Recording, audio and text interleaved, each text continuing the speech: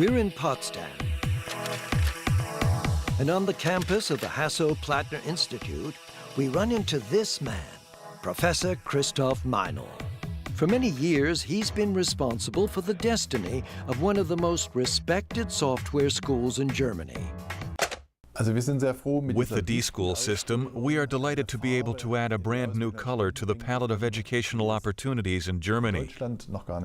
What Professor Meinl is talking about is concealed behind the walls of this box-shaped building next to the campus.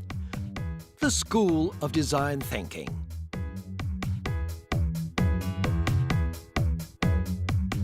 Here we see the man in charge of the D-School, Professor Ulrich Weinberg. He sets the tone here. The 40 students arrive and fortify themselves,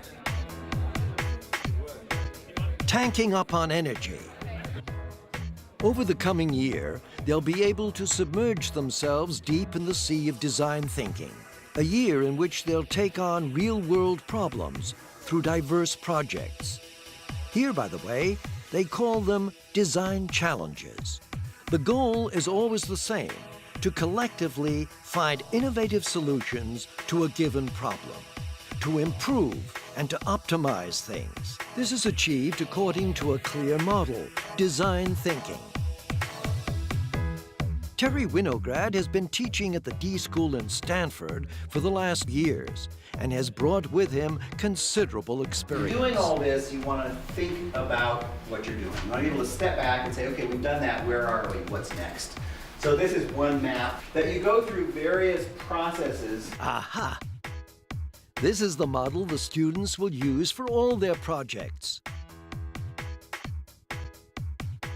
It'll all be much clearer after the first challenges have begun, starting with understand. Understood?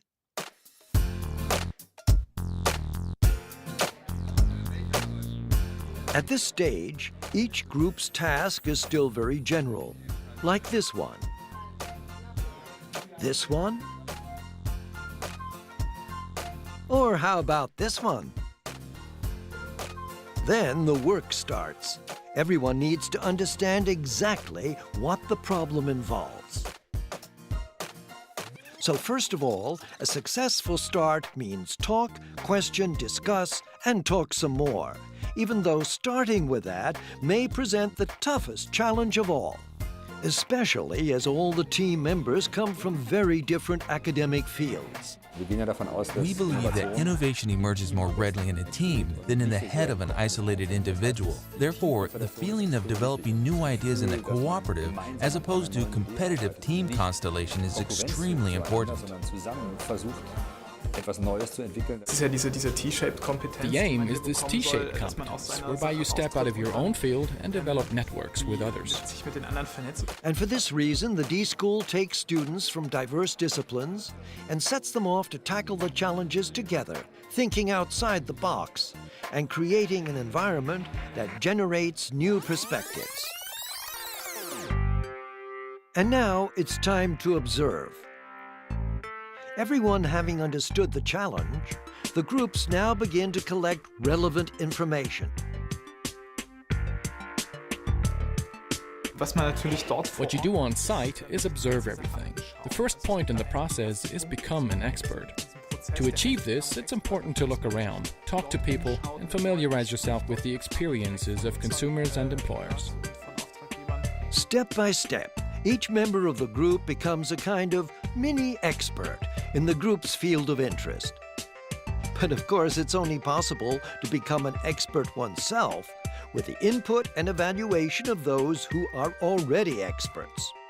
To facilitate this, the D-School draws on a wide range of solid partners in industry and commerce who facilitate the projects and keenly await the results. Our partners range from major corporations, medium-sized concerns, through to startup companies, as well as government authorities and NGOs. Die Ideen, die hier generiert wurden, On its own, the Metro Group simply wouldn't be able to come up with the ideas that are generated here. This is in part because of our lack of lateral thinking, and in part because we are simply stuck in our ways. Now it's time to take a firm stand. Time to define a common point of view. A good idea starts with a shared perspective. Collate observations, compare ideas, and consider perspectives until the team finds a point of view with which to solve the problems. And what are the remaining ingredients for a collective design thinking point of view? First, you take about 100 to 200 markers. Add around 3,000 Post-its. Throw in a couple of movable walls and a solid helping of enthusiastic, clever minds. Allow to simmer for a few days, and voila! Suddenly, the individual positions become a collective point of view. Wait a moment. Does that all sound a bit too easy and far-fetched? Well, it is. In fact, you need more like 5,000 Post-its. The rest, of course, is true. Now that the point of view has been established, it's time to find the right idea. Everyone gets the chance to express the ideas they have accumulated in their minds. This is not just a brainstorm, this is a brain tornado.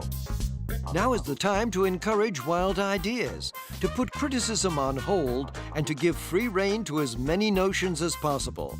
Other than this, the only rule that matters is there are no rules.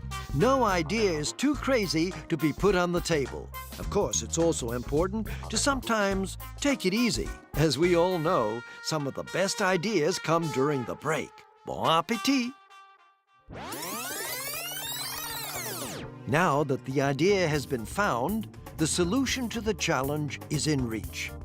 All the same, an abstract idea can only be made understandable when it's made tangible to others, in the truest sense of the word. What we're seeing here is the creative process at work.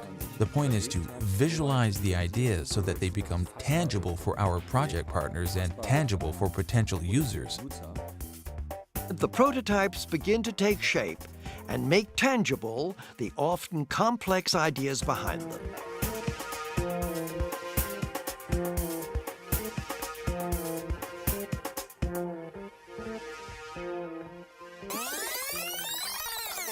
Fantastic! Using prototypes, we've now made our ideas accessible. But do they work? Are they usable? Will they be accepted? Extensive tests will reveal all. And this means getting out and about again. First of all, a couple of volunteers need to be found.